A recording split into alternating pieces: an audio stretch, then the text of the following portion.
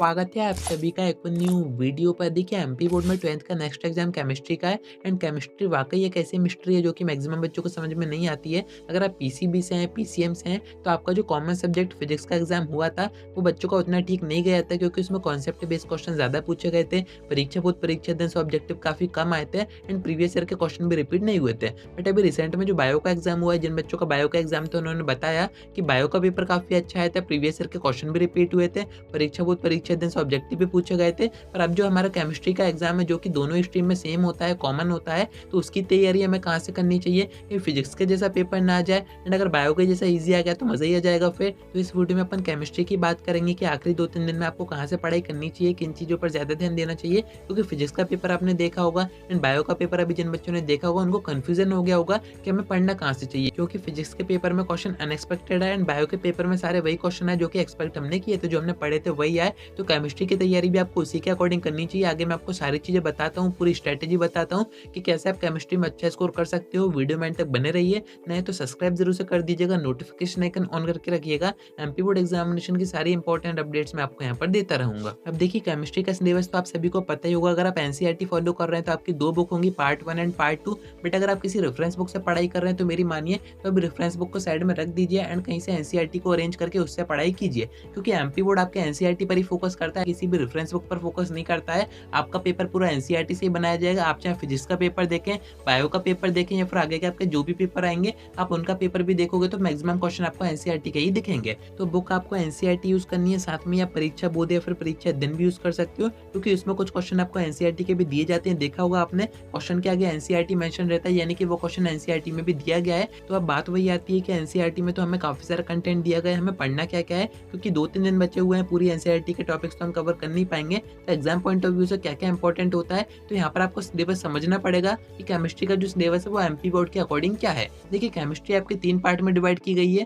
First है आपकी physical chemistry, उसके बाद आती है आपकी ऑर्गेनिक और उसके बाद आती है आपकी इनऑर्गेनिक केमिस्ट्री। अब इन तीनों को ही देखा जाए तो इनमें से सबसे ईजी होती है फिजिकल केमिस्ट्री एंड सबसे ज्यादा टफ होती है ऑर्गेनिक केमिस्ट्री। बच्चों को सबसे ज्यादा दिक्कत ऑर्गेनिक केमिस्ट्री में ही आती है, क्योंकि उसमें काफी सारी रिएक्शन होती है, काफी सारी चीजें याद रखनी होती है एंड अगर आपने छोटी मोटी स्टेप भी इधर उधर कर दिए तो पूरा मीनिंग चेंज हो जाता है, पूरी रिएक्शन चेंज हो जाती है। तो इन तीनों टाइप्स की केमिस्ट्री हमें कैसे कवर करनी है वही मैं आपको आगे बताता हूँ स्टेप बाय स्टेप कि किसमें आपको क्या क्या इंपॉर्टेंट चीजें पढ़नी चाहिए, क्योंकि पूरा तो आप कर नहीं पाओगे एंड अगर आपने पूरी पढ़ाई कर रखी है तो कोई दिक्कत की बात नहीं है, आपको बस रिवीजन करना होगा। पर यहाँ पर मैक्सिमम बच्चे ऐसे होते हैं जिनकी एवरेज पढ़ाई हुई होती है, थोड़ा बहुत उन्होंने पढ़ा होता है, या फिर कुछ बच्चे तो ऐसे भी होते हैं जिन्होंने अभी तक कुछ भी पढ़ाई नहीं की होती है, वो इस गैप के भरोसे बैठे होते हैं कि हम गैप में पढ़ के कैसे भी करके पास हो जाएं। तो यहाँ पर मैं आपको 3 सोर्सेज बता रहा हूँ जिन पर अभी आपको सबसे ज्यादा ध्यान देना चाहिए। फर्स्ट तो आपकी एनसीईआरटी बुक हो गई, सेकंड हो गई परीक्षा बोर्ड या फिर परीक्षा दिन and third and most important आपके प्रीवियस ईयर के क्वेश्चन पेपर। अभी यहाँ पर काफी बच्चे सोच रहे होंगे कि फिजिक्स के पेपर में तो प्रीवियस ईयर क्वेश्चन रिपीट हुए नहीं,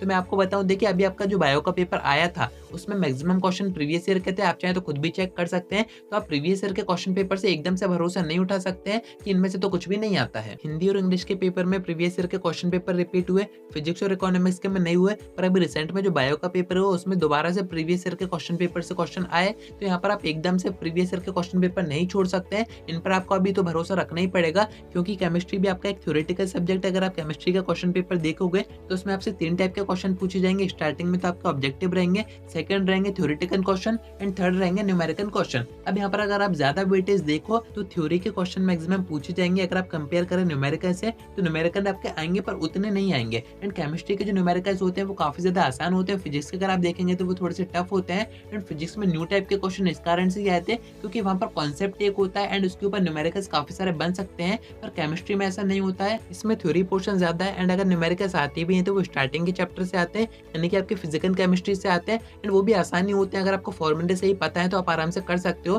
पर मेन जो वेटेज होता है वो होता है ऑर्गेनिक केमिस्ट्री का। मैं आपको तीनों का वेटेज बता देता हूँ, आप अभी स्क्रीन पर देख सकते हैं कि किस पार्ट का कितना वेटेज है, उसी के अकॉर्डिंग आपको पढ़ाई करनी चाहिए। फर्स्ट तो आपको केमिस्ट्री का ब्लूप्रिंट देखना चाहिए जो कि एमपी बोर्ड ने जारी किया था। अगर आपको नए ब्लूप्रिंट में चीजें समझ में नहीं आ रही हैं तो आप पुराना ब्लूप्रिंट भी यूज कर सकते हैं, क्योंकि आपका जो फिजिक्स का पेपर आया था, जो बायो का पेपर आया था, उसमें 80-90% आपका मैच हो रहा था पूरा पेपर। तो ब्लूप्रिंट के अकॉर्डिंग भी आप तैयारी कर सकते हो, कहीं कोई परेशानी नहीं है। अगर मैं आपको वेटेज बताऊं तो सबसे ज्यादा मार्क्स की आएगी आपकी ऑर्गेनिक केमिस्ट्री जो कि 28 नंबर की आएगी। उसके बाद सबसे कम मार्क्स की जो आएगी वो आएगी इनऑर्गेनिक केमिस्ट्री जो कि 19 नंबर की आएगी एंड आपकी जो फिजिकल केमिस्ट्री है वो आएगी बीच में, यानी कि 23 मार्क्स की वो आएगी। टोटल आप करोगे तो 70 मार्क्स का आपका पेपर बन रहा है। बात ये आती है कि इन तीनों में से हमें क्या-क्या पढ़ना चाहिए। तो यहाँ पर आपको एक इंपॉर्टेंट बात समझनी होगी, केमिस्ट्री की अगर आप तैयारी कर रहे हो तो एग्जैक्ट आपको वैसा का वैसा आंसर करना पड़ेगा, क्योंकि केमिस्ट्री में आप अपने ओन वर्ड्स यूज़ नहीं कर सकते हो, मैंने आपको बता ही दिया है। अगर एक भी रिएक्शन में आपका थोड़ा बहुत भी इधर-उधर कुछ हो गया तो पूरी रिएक्शन आपकी रॉन्ग हो जाती है, या फिर पीरियोडिक टेबल में आपने एटॉमिक नंबर ऊपर नीचे कर दिया, या फिर किसी फॉर्मूले में छोटी-मोटी मिस्टेक हो गई, या फिर आंसर में आपने यूनिट का ध्यान नहीं रखा जो स्टार्टिंग के आपके चैप्टर है फिजिकल केमिस्ट्री में, तो ऐसे में आपके मार्क्स कट हो सकते हैं। तभी मैं आपसे कह रहा हूँ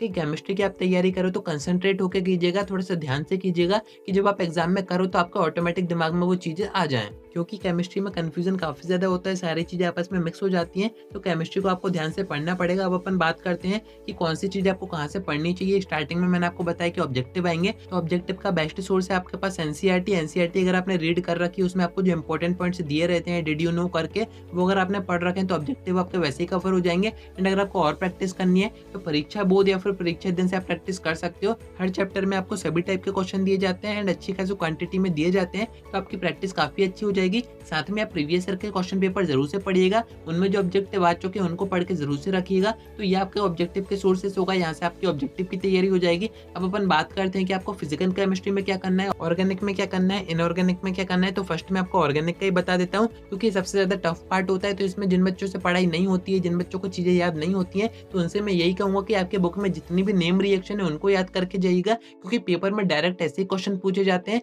नेम से पूछे जाते हैं कि इस साइंटिस्ट के नाम पे जो इक्वेशन है या फिर जो रिएक्शन है वो आप बताइए। तो अगर आपको रिएक्शन याद होंगी तभी आप आराम से कर पाओगे। एंड मैं समझ रहा हूँ कि पूरी ऑर्गेनिक में काफी सारी नेमिंग रिएक्शन है, पर देखिए ऑर्गेनिक का कोई भी अदर ऑप्शन नहीं है, या तो आपको समझना पड़ेगा पूरा बैठ के, पर इन 2-3 दिनों में आप ऑर्गेनिक कवर नहीं कर सकते। ऑर्गेनिक काफी बड़ी है एंड काफी टाइम उसमें कंज्यूम होता है, तो आखिरी ऑप्शन आपके पास यही बचता है कि प्रीवियस ईयर के क्वेश्चन पेपर देखो, उनमें ऑर्गेनिक में क्या क्या पूछा गया है वो क्वेश्चन याद करके रखो, जो नेमिंग रिएक्शन है उनको याद करके रखो। बाकी और कोई अदर ऑप्शन नहीं है आपके पास। मैक्सिमम चीजें आपको यहाँ पर रटनी पड़ेंगी, क्योंकि मैक्सिमम वेटेज भी ऑर्गेनिक का है, तो आप इसको छोड़ के नहीं जा सकते हो। अगर आप बात करें सबसे आसान पार्ट की पूरे पेपर में, तो वो आएगी आपकी फिजिकल केमिस्ट्री, जो कि आपके स्टार्टिंग के चैप्टर है। उनको अगर आपने समझे, उनमें तो थ्योरी के क्वेश्चन भी आते हैं एंड जो न्यूमेरिकल्स आते हैं वो भी बेसिक आते हैं, जो आपके फर्स्ट यूनिट में होंगे। तो अगर आपको बस पास होना है तो आगे आगे के चैप्टर आप पढ़ के जा सकते हो। 23 नंबर का आपका फिजिकल केमिस्ट्री पूछी जाएगी एंड इसमें आप पास आराम से हो जाओगे। बाकी अगर आपको अच्छा स्कोर करना है तो सभी पर आपको ध्यान देना पड़ेगा। अब बात करें इनऑर्गेनिक केमिस्ट्री की, तो ये भी थोड़ी सी ईजी होती है। यहाँ पर अगर आपको पीरियोडिक टेबल याद है तो मैक्सिमम क्वेश्चन आपके वैसे ही बन जाएंगे।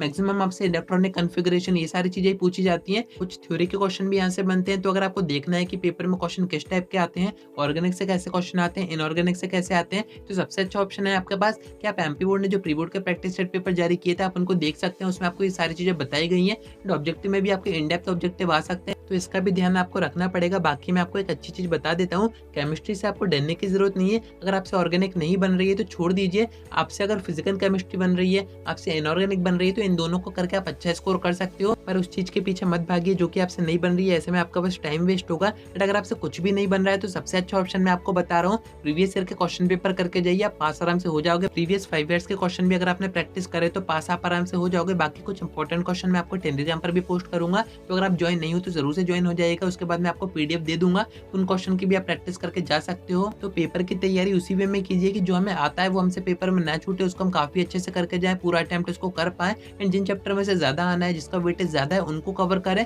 उसके बाद बाकी जो चैप्टर हमसे नहीं बन रहा है उन पर हम ज्यादा ध्यान ना दें, उनके चक्कर में डिप्रेस ना हो। फ्री माइंड से पढ़ाई कीजिए, अभी आपके पास टाइम बचा हुआ है, गैप है आपके पास, तो इसमें भी आप काफी अच्छी तैयारी कर सकते हो एंड काफी अच्छा स्कोर कर सकते हो। तो उम्मीद है कि आपको सारी बातें समझ में आ गई होंगी। आज की वीडियो में इतना ही। कोई डाउट आता है कमेंट करके पूछ सकते हैं, या फिर आप मुझसे इंस्टा पे डीएम करके बात भी कर सकते हैं।